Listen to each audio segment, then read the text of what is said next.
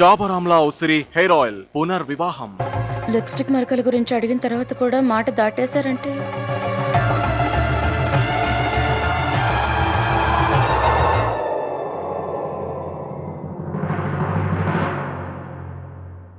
ఆశిష్, దాన్ని కాస్త డౌన్ చేయి. ఆర్తి గారు, మీరు ఈ డెకరేషన్ పనులు చూస్తూ ఉండండి. ఈ పనులు సరిగ్గా వాళ్ళు అనుకున్న విధంగానే జరగాలి. నేను ఈ లోపు మీరు నీలంని కలవడానికి వెళ్తున్నారా? మీరు నేను చెప్పేది పూర్తిగా వినరా? నేను ఏం చెప్తున్నానంటే నీలం వాళ్ళ డాడ్ని కలవబోతున్నాను అని. అర్థమైందా? నేను వెళ్ళనా?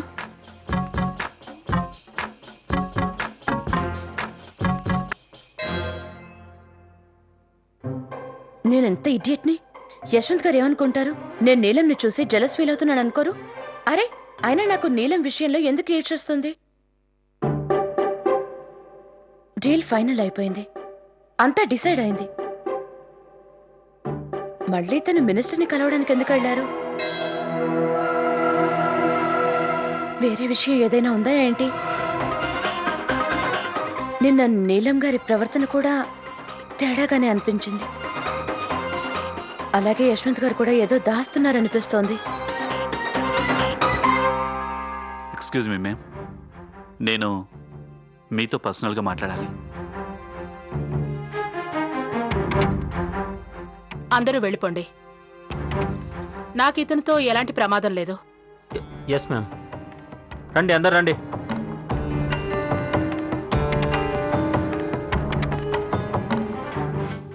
నేను అర్థం చేసుకోగలను మ్యామ్. అందరూ తల్లిదండ్రుల్లాగే మీరు కూడా మీ కూతుర్ని ఓ మంచి కుటుంబానికి కోడల్ని చేయాలనుకుంటున్నారు. నాకు మీ గురించి తెలుసు. మీరు మీ కూతురి సంతోషం కోసం ఏం చేయడానికైనా సిద్ధపడతారు. ఎందుకు మీరు ఇలా అడ్డదిడ్డంగా మాట్లాడుతున్నారు? విషయం ఏంటో డైరెక్ట్గా నాకు చెప్పండి. విషయం మీ అమ్మాయి గురించి, తన సంతోషం గురించే మ్యామ్. మీ కూతురికి ఈ పెళ్లి ఇష్టం లేదు.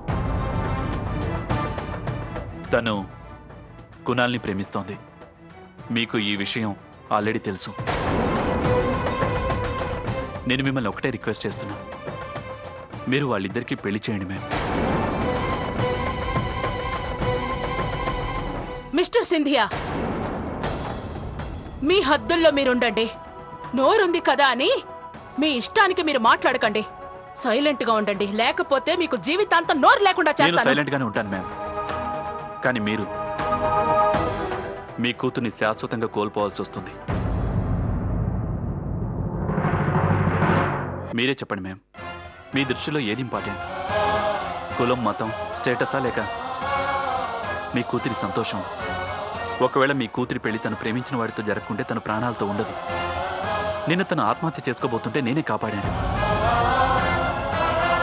ప్లీజ్ మ్యామ్, ఇద్దరు ప్రేమికుల్ని ఇలా మీరు కులం, మతం పేరుతో విడదీయకండి. అలా చేయడం చాలా పాపం మ్యామ్. అర్థం చేసుకుని వాళ్ళిద్దరు పెళ్లి చేయండి. లేదంటే మీరు మీ కూతుర్ని శాశ్వతంగా కోల్పోవాల్సి వస్తుంది. అందరూ సంతోషంగా ఉండాలని మీరెంతగానో కోరుకుంటారు యశ్వంత్ గారు. మీలాంటి వాళ్ళుంటే అందరూ సంతోషంగా ఉంటారు. ప్రేమలో పడిన ప్రతి ఒక్కరు. వా, మీరు చాలా ముందు చూపుతో ఆలోచిస్తున్నారు. మీకు ధైర్యం కూడా చాలా ఎక్కువే. సరే, అలాగే నేను మీ మాటల్ని ఒప్పుకుంటాను. నువ్వు చెప్పినట్టుగా వేరే కులం వాడికిచ్చి నా ఒక్కగానొక్క కూతురు పెళ్లి ఘనంగా జరిపిస్తాను. కానీ అలా జరగాలంటే నువ్వు నీ ప్రాణాల్ని అర్పించాల్సి ఉంటుంది. ఈ పెళ్లిని నేను నువ్వు శవంగా మారిన తర్వాతే జరిపిస్తాను. అర్థమైందా mister Yashwant Scindia? Bodyguards,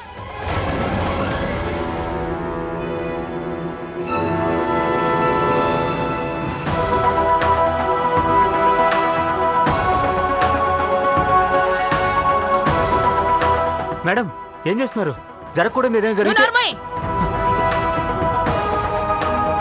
mister Yashwant Scindia, నువ్వు చావడానికి సిద్ధంగా ఉండు.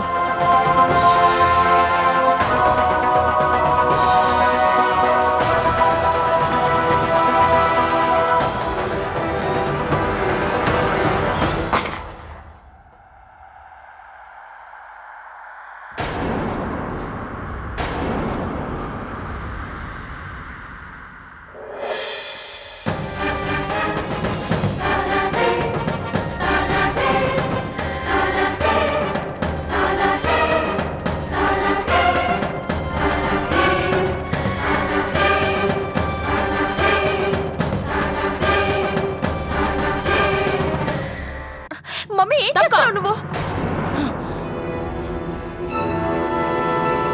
ప్లీజ్ మేడం ప్లీజ్, తనను వదిలేయండి. ఈ ఒక్కసారికి క్షమించండి. ఇంకోసారి ఇలా ఎప్పుడు చేయరు. మీరు నా మాట నమ్మండి ప్లీజ్. ఇంకెప్పుడు అయినా మీ పర్సనల్ విషయాల్లో ఇంటర్ఫియర్ అవ్వరని నేను హామీ ఇస్తున్నాను. ప్రామిస్. నువ్వెందుకు అతన్ని వెనకేసుకొస్తున్నావు? మీ ఇద్దరి మధ్య ఏమైనా అఫైర్ ఉందా? అది ఆయన నా భర్త. భర్త? అయితే నువ్వు నీ భర్తని ఇలా కళ్ళల్లేని గుర్రంలాగా ఎందుకు వదిలేశావు? నువ్వు ఎదురుగా ఉండగానే తను ఇన్ని చేస్తున్నాడంటే నీ వెనకాలే ఇంకెన్ని చేస్తున్నాడో నీకేం తెలుసు? నా మాట విని ఇక నుంచి తనని అదుపులో పెట్టుకో. నీ మంచి కోసమే చెప్తున్నాను. అర్థమైందా? నన్ను చూసి నేర్చుకో. అలాగే, నాకు అర్థమైంది మీరేం చెప్పాలనుకుంటున్నారు. నేను కూడా మీలాగే నా భర్తని గుప్పెట్లో పెట్టుకుంటాను. మీరెందుకు అర్థం చేసుకోవట్లేదు? ఏదైనా మాట్లాడే ముందు నన్ను ఒకసారి అడగొచ్చు కదా. అది కదా. ఇంకేం చెప్పొద్దు. నువ్వు ఇంకేం మాట్లాడొద్దు. ఇప్పుడేం మాట్లాడాలన్నా నేనే మాట్లాడతాను. అర్థమైందా? చూడండి, అర్థం చేసుకుంటున్నాడు. నా మాటలు బాగా అర్థం చేసుకుంటున్నాడు. ఇక అతను మీ పర్సనల్ విషయాల్లో అస్సలు ఇంటర్ఫియర్ అవ్వడు. మేడం, మా పని కేవలం వెడ్డింగ్ ప్లాన్స్ చేయడమే. కళ్యాణ మండపం, ఇళ్ళు ఇవి రెండు అలంకరించటమే. పెళ్ళెవరితో జరిగినా మాకేం సంబంధం లేదు. ఆయన చాలా పనులున్నాయి. మేము వెళ్ళి ఆ పనులు కంప్లీట్ చేసుకోవచ్చా ప్లీజ్? సరే.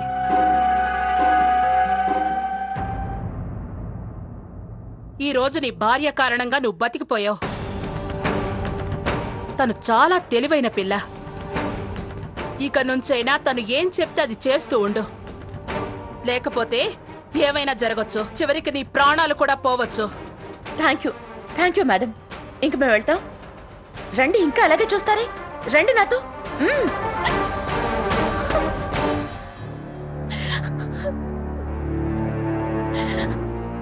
యశ్వంత్ గారు మళ్ళీ ఆగిపోయారే.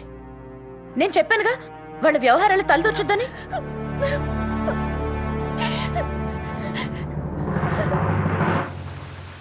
యశ్వంత్ గారు, అంత అవసరం ఏమొచ్చింది వాళ్ళ పర్సనల్ మ్యాటర్స్ లో ఇంటర్ఫీర్ అవ్వడానికి? పైగా వాళ్ళెంత డేంజరసో మీకు బాగా తెలుసు కదా. మీకేదైనా జరుగుంటే పదండి వెళ్దాం. ఆర్తి గారు, ఆ అమ్మాయి ఆత్మహత్య చేసుకోబోతుంటే నేను చూస్తూ సైలెంట్ గా ఉండలేకపోయాను. చూడండి యశ్వంత్ గారు, వీళ్ళు మీరెంత చెప్పినా కూడా వినరు. అందరూ చాలా మొండివాళ్ళు. మళ్ళీ ఆవిడ మిమ్మల్ని గంతో బెదిరిస్తే? నేను అందుకు భయపడటం లేదు ఆర్తి గారు. కానీ నాకు భయంగా ఉంది యశ్వంత్ గారు. మీరు నా భర్త.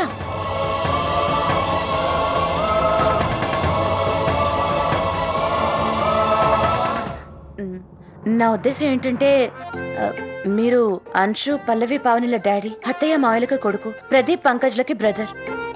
మీ ఫ్యామిలీకి మీ అవసరం చాలా ఉంది. కాబట్టి నేను మీ గురించి కంగారు పడాల్సిందేగా. ఇక వెళ్దాం ప్లీజ్. ఆర్తి గారు, నేను నీలం గారికి ప్రామిస్ చేశాను. ఒకవేళ తన పెళ్లి ఆ అబ్బాయితో జరగకపోతే తను ఆత్మహత్య చేసుకుంటుంది. ఈసారి మాత్రం తనని కాపాడడానికి ఎవరూ రారు.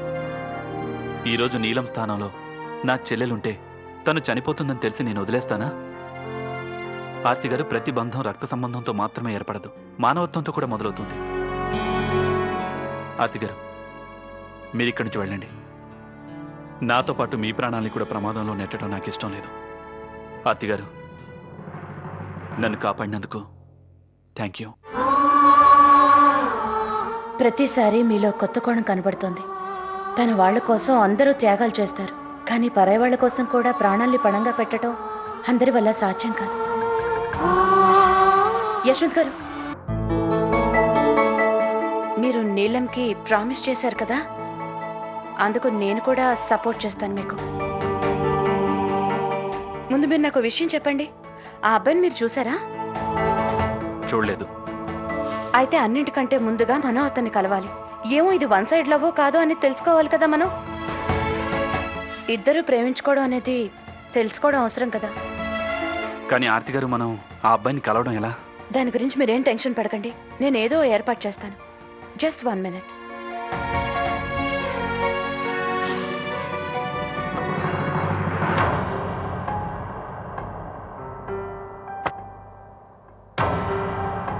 నేను ఇప్పుడే వస్తాను.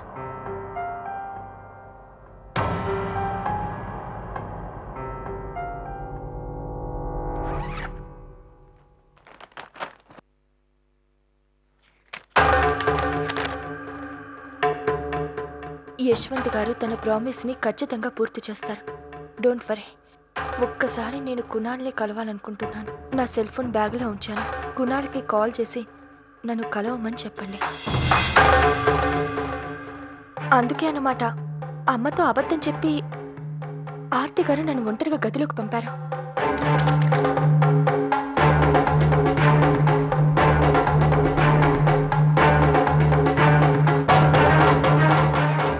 హలో హలో కునాల్, ఎంతో కష్టం మీద నీకు ఫోన్ చేసే ఛాన్స్ దొరికింది. కునాల్, 1 గంట లోపు నీ ఫ్రెండ్ షాప్కి తొందరగా రా. మన పెళ్లి జరగడానికి ఒక మార్గం దొరకబోతోంది. నిజమా నీలం? నువ్వు నిజంగా చెప్తున్నావా? ఓ నీలం, I really love you. I love you two. నేను ఇప్పుడే వస్తున్నాను నీలం. కాసేపట్లో అక్కడ ఉంటాను.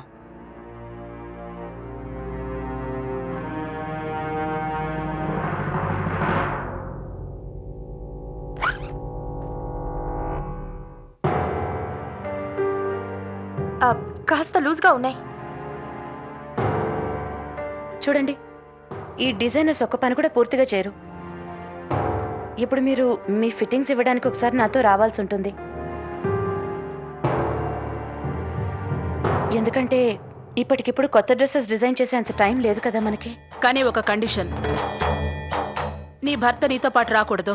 ఆయన రారు, నేను ఇంటికి పంపించేస్తాను. పిల్లలతో హోంవర్క్ చేస్తుంటారు. నేను నీలం గారితో ఒక్కదాన్ని మాత్రమే వెళ్తాను. ఇంకెవరూ నాతో రారు. మీరు నిశ్చింతగా ఉండండి ప్లీజ్. సరే, కానీ ఒక్క విషయం మాత్రం గుర్తుపెట్టుకో, మా బాడీ గార్డ్స్ ఎప్పుడు మీ ఇద్దరు వెనకాలే ఉంటారు. ఏదైనా అతి తెలివి ప్రదర్శించాలని చూస్తే వాళ్ళు చూస్తూ ఊరుకోరు. నేను మీతో చెప్పాను కదా మేడం, మీరేం కంగారు పడాల్సిన అవసరం లేదు అని. నా పని తనకి ఫిట్ అయ్యే డ్రెస్సెస్ని ఇచ్చేసి వెళ్ళిపోవడం. లేనిపోని ఇబ్బందుల్లో నేనెందుకు పడతాను చెప్పండి. సరేనా, వెళ్దామా? సరే, అర్థమైందిగా? Yes ma'am.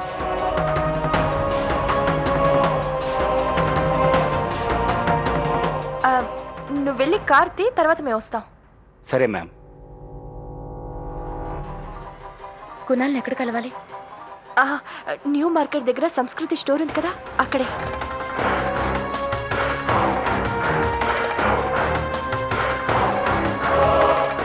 యశ్వంత్ గారు, న్యూ మార్కెట్లో సంస్కృతి స్టోర్కి రండి. పద.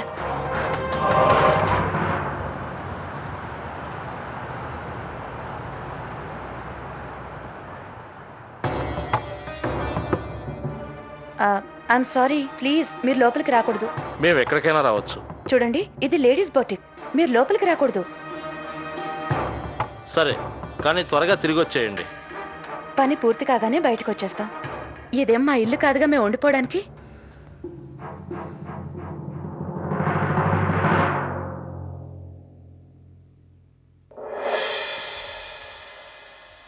కునాల్, నీలం, I love you Kunal. I love you two. Thanks అండి. ఈరోజు మీ మూలంగానే నేను నా నీలంను కలవగలిగాను. ఆర్తి గారు, నేను కునాల్తో మాట్లాడాను.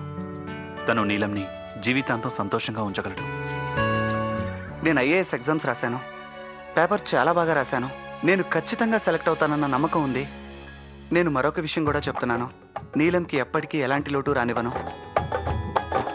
ఎంతో ప్రేమగా చూసుకుంటాను. నేను కునాల్తో గనుక ఉంటే ఎలా ఉన్నా సరే సంతోషంగా ఉంటాను. ఏసీ కార్లు, బంగ్లాలు ఇవేవి నాకు అవసరం లేదు. ఒక చిన్న ఇంట్లో ఒక్క పూట అన్నం తింటూ కూడా జీవించగలను.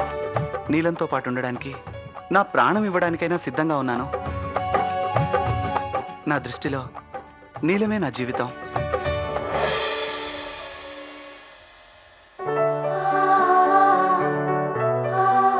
నేను కునాల్తో పాటు ఉంటే ఎప్పుడు నా పెదాలపై చిరునవ్వు ఉంటుంది. కానీ తను లేకపోతే నేను బతకలేను. మీకు నా ఫీలింగ్ అర్థమై ఉంటుందిగా. మీకు కూడా ఇలాంటి ఫీలింగే కలుగుతూ ఉంటుందిగా మిస్టర్ యశ్వంత్ విషయంలో.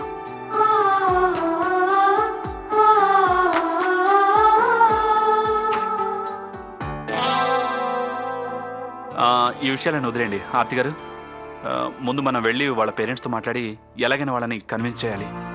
మీరు నీలంని తీసుకుని ఇంటికి వెళ్ళండి, అక్కడంతా వెయిట్ చేస్తూ ఉంటారు. యశ్వంత్ గారు, నేను కొంచెంసేపు కునాల్తో మాట్లాడొచ్చా? కానీ మాట్లాడుకోండి. కాసేపైనా వాళ్ళని ఒంటరిగా వదిలేద్దాం. పదండి.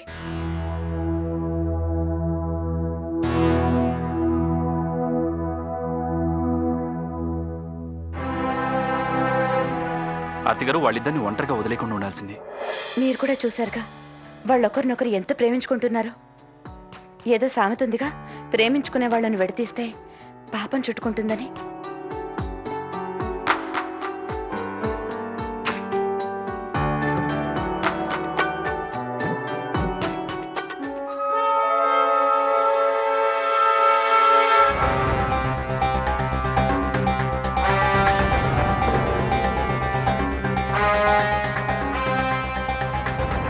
మీరు త్వరగా వెళ్ళి నీలంని తీసుకురండి, లేకపోతే గార్డ్స్కి అనుమానం వస్తుంది.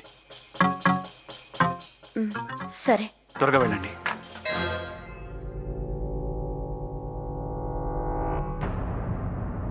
యశ్వంత్ గారు, వాళ్ళిద్దరూ లేరు ఇక్కడ.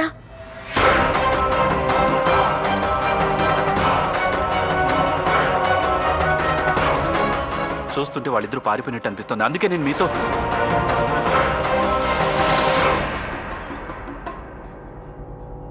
నువ్వేంటి ఇక్కడ? మేడం నిన్ను రావద్దన్నారు కదా. నీలం బేబీ ఎక్కడ? అమ్మాయి గారు ఇక్కడ లేరు, అంతా వెతకండి. మేడం, అమ్మాయి గారు ఇక్కడ లేరు. యశ్వంత్ అమ్మాయి గారిని ఇక్కడి నుంచి తప్పించారు.